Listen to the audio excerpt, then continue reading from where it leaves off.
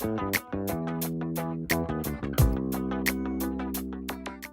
crafters, so it is officially fall. Woo woo, I'm very happy. It's still really warm outside. Like, today was really nice, the breeze was blowing, it felt good, but it's still like a little bit too warm, but we're getting there. But it's officially fall either way. So I've got a really cool project for you guys this Tuesday. And you may have seen this idea going around online before, where you take leaves and people make them into these really cool looking roses, and they look super complicated and really beautiful.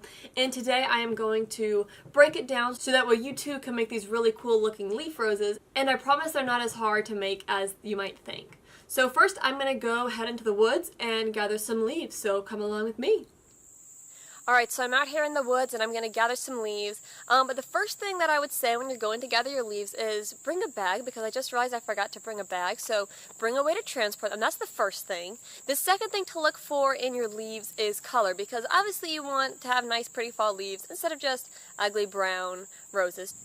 So what's cool about this is when you're looking for leaves is they can be just about any kind of leaf. So let's say I find this one here that's a nice color, okay? So actually I'm not a huge fan of this color, but it's kind of interesting, got some bright yellows. I don't have a ton of leaves changing color yet, but let's say this is a leaf that I was considering based on color. The next criteria I want to look at is, can I bend the leaf? Does it let me move or does it crumble? And you can see that even though, you know, the leaf is dead and it's fallen off the tree, it's still fairly supple. I can kind of crumple it without it breaking. Whereas if I take a leaf like this, and I try to bend it, it just snaps. It crumples really easily. So you don't want leaves that are going to crumple really easily. And you also want to make sure that your leaf has a stem on it still, because that'll make it easier once we're assembling our flowers. So I'm going to grab a few more of these leaves, and then I can make a flower out of some leaves like this. Look at this. This is the kind of red I'm talking about. I love these deep, rich colors. So I brought my leaves back, and the first thing you're going to want to do is spread them out. If you have them all in a pile, when you're working on assembling your rose, you're going to have a really hard time. So you want to make sure they're spread out so that you can quickly grab whichever leaf you need. Also, another thing I'll mention, I should have mentioned this, but I didn't because I forgot to mention it, and I also forgot that this was true. But when you gather your leaves, use them to make the roses the same day, because the clips of me gathering the leaves, I actually did those yesterday because I was going to film yesterday and I wasn't able to, and then this afternoon I was like, okay cool, I'm going to film, and I went to my bag and they were all dried out and hard and crunchy. So they were exactly what we don't want in our leaves. We want our leaves to be nice and pliable, able to bend without crunching. Here are two that I made using the leaves that I've gathered. You can see how I've got this nice yellow one here, nice and big, and I've got a smaller one, but this one's cool because I used a bunch of different kinds of leaves, so it adds a lot of different color and texture to it. So really the only thing you need, you've already got your leaves, and the last things you're going to want are some wire. I'm actually not entirely sure what gauge this wire is. This is from a craft kit that we got years ago, so I don't even think the craft kit told what gauge it was, but this is a fairly thin wire. The gauge isn't super important, you just want to have wire that you can easily bend and work with, because the basic idea is we're going to wrap the stems up with the wire. So you want something strong enough to hold, but not too strong that you can barely move it. The next thing you're going to want is a pair of needle nose pliers, or something you can use to make it easier to maneuver the wire. I've just got this nice multi-tool by Cabela's. I'll put a link below. The third tool you may want is a glue gun, and this I'll explain later on why you may want to use it. You may not need it, but it can help you shape your roses better if you're having trouble when you're wrapping them with the wire. So I'm going to start by picking out some leaves instead of having to, in the middle of breaking the rose, needing to grab and untangle some more. So generally speaking, you want your bigger leaves towards the outer rings. So I'm going to find kind of a bunch of different sizes, and I'll use my smaller ones towards the middle. Again, make sure your leaves aren't too crunchy, and if they are, just grab a different leaf. And I'm going to make this one with some yellows and nice red tones. So I'm going to start with a leaf that's about a medium size, and I'm going to start by folding it in half. And when I fold it in half, I want the colors to be on the outside, so I wouldn't fold it this way because then you don't see the bright colors. So I'm going to fold it back the other way, and I'm going to take this and kind of roll it up on itself. So just kind of gently tuck in the edges and roll, kind of keeping the bottom tighter than the top. Let the top stay nice and loose. And again, you don't want to roll too tightly or else you'll crumple your leaf. And so it looks kind of like that. And then I'm going to take a second leaf that's also medium sized, fold it, keeping this guy pinched together.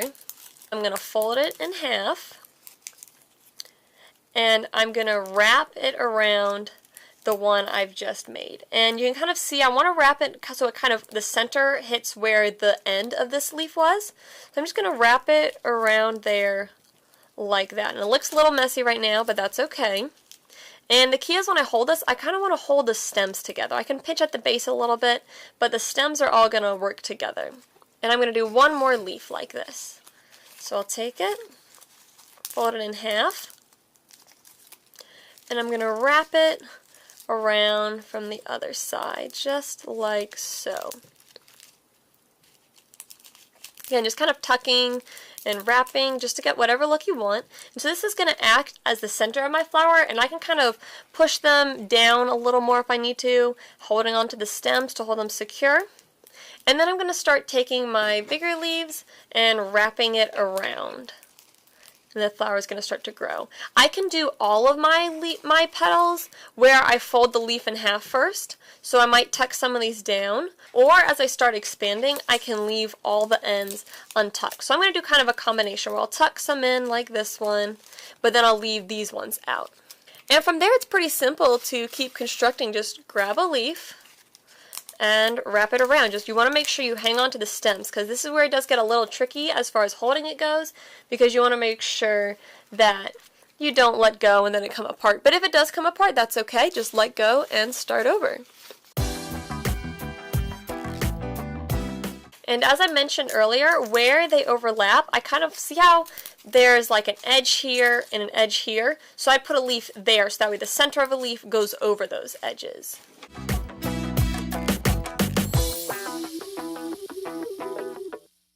And just keep building outward until your flower is as big as you want it to be. So now the not so bad part is done. I've finished assembling it, but now the trick is to get what I've assembled to stay together. So the first step is going to be taking some wire, and we're going to wrap it around the base here. So I'm just going to start by coming from behind and bringing my wire to the front, just a little tail end like that.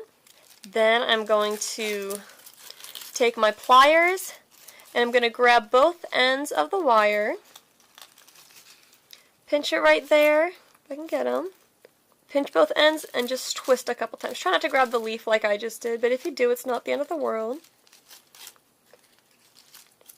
Really twist, like that. And that's going to help start to hold it. And now I'm just going to take my wire and wrap it around several times. You want to keep the wire pulled fairly secure, but we can actually take our needle nose pliers and pinch the wire. So I've got it wrapped around a good many times.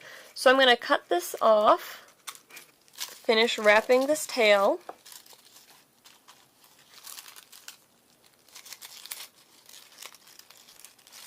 And now I've got it wrapped around, but it's still not very secure. I can kind of slide the stems up and down. So to really secure, I'm going to start by pinching it with the pliers, just like that. That's going to really bend the wire. And then I'm going to fold it almost on itself, kind of grab the side, fold it on itself, and twist this way. And then I'm going to once more pinch the wire from this new direction. Just kind of go around, pinch the wire to get it to hold these stems really securely.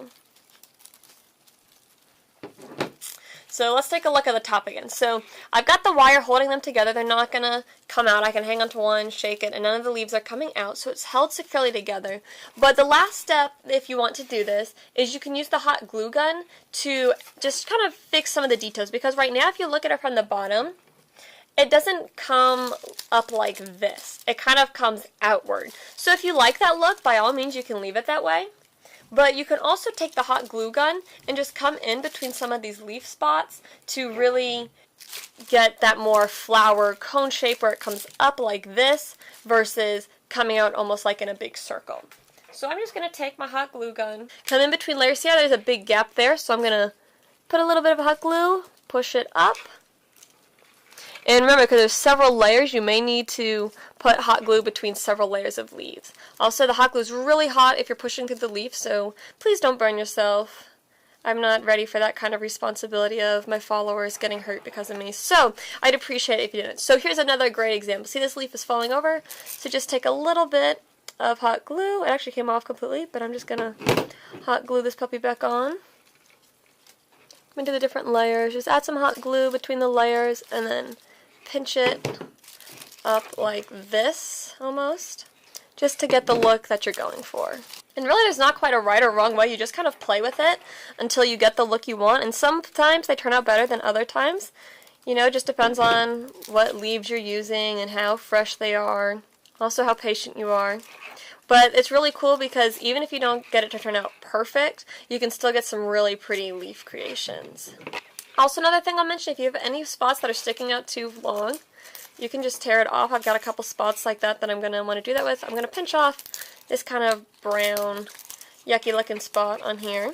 Also, I might take some of these ones in the center here and glue this spot down. Instead of having one stick way out like this, if I want it kind of curled under more, I can glue that down, which I'm going to do.